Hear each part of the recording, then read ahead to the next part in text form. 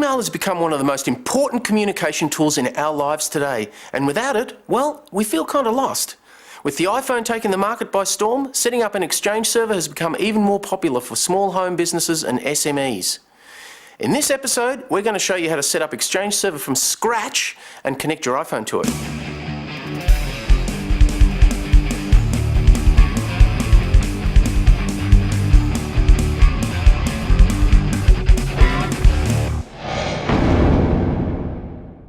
Many administrators and home users have attempted to install Exchange and failed, simply because of just one or two missed or incorrect steps.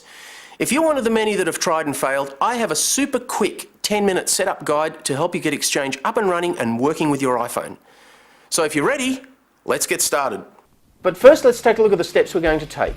Step 1, set up and configure Windows Server. Step 2, set up and configure Exchange.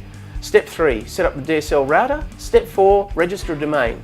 Step 5, set up the external DNS. Step 6, connect the iPhone to the Exchange server. And Step 7, send an email to our iPhone.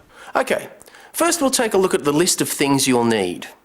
First thing you'll need is a reasonably powerful computer with 3 or 4 gig of RAM, DSL router modem of some sort, and an iPhone. Okay, the key software we'll need is Windows 2003 R2 Server Premium Edition, Exchange Server 2007 SP1, and then we also need the Windows preparation apps and hot fixes. So there's 8 of those. Most of those are KBs, KB something or other. You can download those from the web. Just do a Google search, type in KB, whatever the number is. So the first one's KB 907265. There's the Best Practices Analyzer. There's Windows KB 914961, KB 931836, then .NET FX.exe, and then KB 926776 and KB 942084. And finally KB 926139. So go and grab those. When you got those, I'll see you back here. Well, that's about it. So if you have everything you need, let's get to it. And I'll show you how to set up this baby. Okay, let's take a quick look at what's happening with our network. Over here on the right hand side, we've got our Exchange server. We've got IIS and DNS on this Exchange server. Our computer name is DWTM, so it kind of could be like an internal A record. Our internal DNS is trainwise.local. You could use .com if you wanted to. We use .local. Our IP address is 192.168.42.100. Now over here on the external DNS, we have, this is our external DNS hosting trainwise.com. Our MX records are wisemail.trainwise.com and autodiscover.trainwise.com. And our A record is wisemail. So that's our A record there. These are our external devices. Now I'll just show you quickly how mail will work. So if mail comes from the outside, let's say we're sending an email message from to t2@trainwise.com. What would happen is that email would go out to the net. From there it would look for trainwise.com. So since this is our DNS server here, it will forward that email to this DNS server. Then it will want to know where Wisemail is. Now since we've got an A record pointing to that WAN address over here, it will send our mail back to the net to this router and our WAN address here. The router then forwards the packets to our Exchange server. Now you can see down here that I've listed the protocols and the ports that they talk on, which you'll see in the firewall later. So for example, email will end up in the router, forwarded to the Exchange server and go to 100. So that's how it sends mail. Step 1, set up and configure Windows Server. First thing we need to do is install Windows. Put the DVD in the drive, type in A, press enter. Windows will start setting up. Just follow the prompts from there. Petition your drive when you get to that point. Set up NTFS petition, do a quick petition format. Setup will copy some files across, and then basically it'll restart or reboot. Once the computer's restarted, you'll end up here with about 39 minutes to go. After about 5 or 6 minutes, it'll take you to this prompt. Set up your locales and your various settings from here.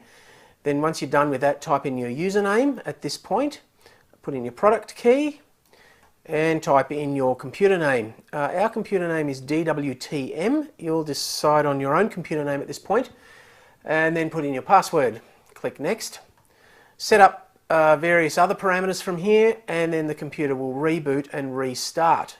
Once it does that, we'll come back and we'll configure the rest of the machine. Windows loves rebooting, so we're going to do this again. We're at the login screen now. Log in here, administrator, put in your password that you set earlier. Let it do its various bits and pieces. Now when you get to this point, it wants to continue setting up. Do not click next, just click cancel. Don't set this up. Say yes to cancelling that. Now we're going to set up TCP IP settings. So go into your IP settings on your network card. Gateway is your router, and the DNS is the IP address of this machine, which is 100 or 192.168.42.100. And then from here we're going to set up or turn the Windows firewall off because it's on as a default. So do that. Last thing we want to do is set up Firefox. So configure Firefox. Nothing tricky here, just follow the prompts again as per usual. Okay, first thing we'll do is remove the SMTP service. In Add Remove Programs, find the SMTP service, deselect it, click OK, follow the prompts. Now we'll install KB907265, double click on the file, follow the prompts, click Finish. Okay, another easy one, XBPA, double click on that, install the Best Practices Analyzer, follow the prompts, and your phone will ring. That's fine. Install Service Pack 2, it's KB914961. I'm sure you've all done it before. So just follow the prompts, don't bother restarting, click Finish. Install KB931836, nice fast one, pretty quick. Follow the prompts, click Finish. Now we'll set up the domain controller. Open a command prompt and type in DC promo, press Enter. Follow the prompts, leave all the prompts as a default. In the full DNS name, type in your domain name.local, so in our case it's trainwise.local, and the net BIOS name is trainwise for us. Yours will be your domain name. Again, leave the prompts as they are, just follow through. Type in your password. When you get to the password prompt, click Next, allow the domain controller to run, and then reboot. Restart the computer. Okay, we're ready to log on to our domain controller for the first time now. Click OK to that message. Now we need to type in our password and then select our domain. Since we now have a domain controller, click OK and log on. Okay, now we'll set Windows to Windows 2000 Native and High mode. Open Active Directory Domains and Trusts. Right click on the domain, raise domain functional level, and set the Windows 2000 Native High mode. Finish up from there and follow the prompts. .NET Framework 2 is next on the list. That's .NETFX.exe. Double click on that. Fairly simple one again, straightforward. Just click on the prompts and away you go, and click Finish when you're done. Okay, two more hot fixes for us to do. Love those hot fixes. Two of them, KB926776, KB942084. Nothing tricky about these, just simply run them, follow your prompts as per usual, and install them and set them up and click Finish. Okay, PowerShell needs to be installed, KB926139. Double click on that file, install it, follow the prompts as usual. Again, fairly straightforward, relatively quick. Click Finish and that's completed. Okay, now we need to set up RPC over HTTP. Open the Add Remove Windows components, scroll down to Networking Services, click on Details, select RPC over HTTP there, tick that, click OK, click Next, and that's it. A couple more settings for Windows. So we'll do the DNS or the internal DNS settings now. Go into Admin Tools and DNS. Open your domain there. You've got the forward lookup zones or reverse lookup zone. If you open forward lookup zones, have a look in there and you'll notice that your domain there is already created with your IP address. The domain name, in our case, our machine is DWTM, as you know already by now. What we need to do is go into reverse lookup zone. So double click on that, Action, New Zone, set up a new zone, click on Next, leave these options as they are. Just follow the prompts, don't change anything here. In the network ID, put your network ID. In our case, it's 192.168.42.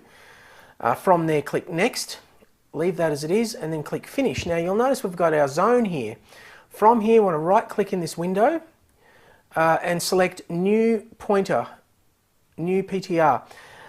And put in your IP address, which is 100, and then select our fully qualified domain name from there. Click on Browse, drill down until you find your computer name, DWTM for us.